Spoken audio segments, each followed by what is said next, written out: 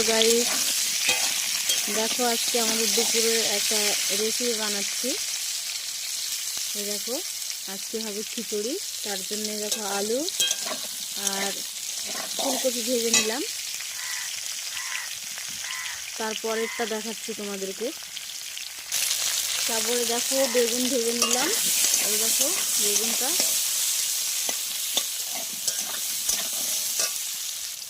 আমাদের বেগুন ভাজা কমপ্লিট।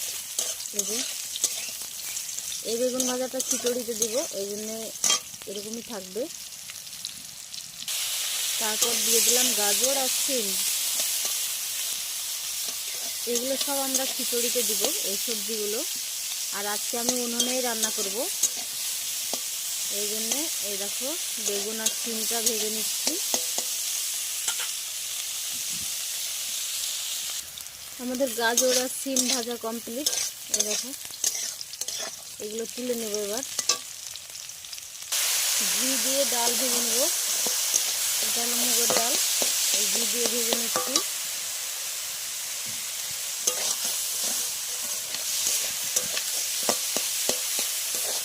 তোমাদের ঘি না থাকলে তেলও দিতে পারো, তেল দিয়ে এটা ভেজে নিতে পারো।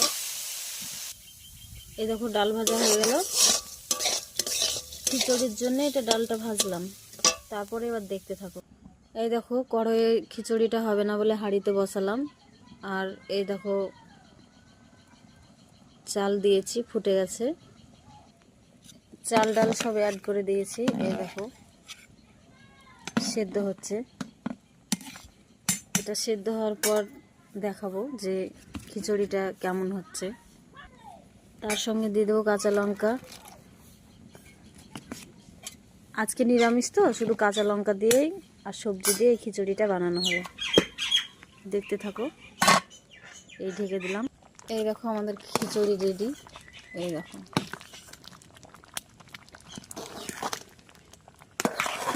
একদম খিচুড়ি রেডি।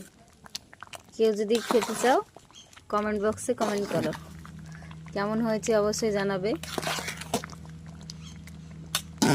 এই প্রথমবার আমি খিচুড়ি বানালাম। এই দেখো, আর এটা নিরামিষ খিচুড়ি, একদম নিরামিষ।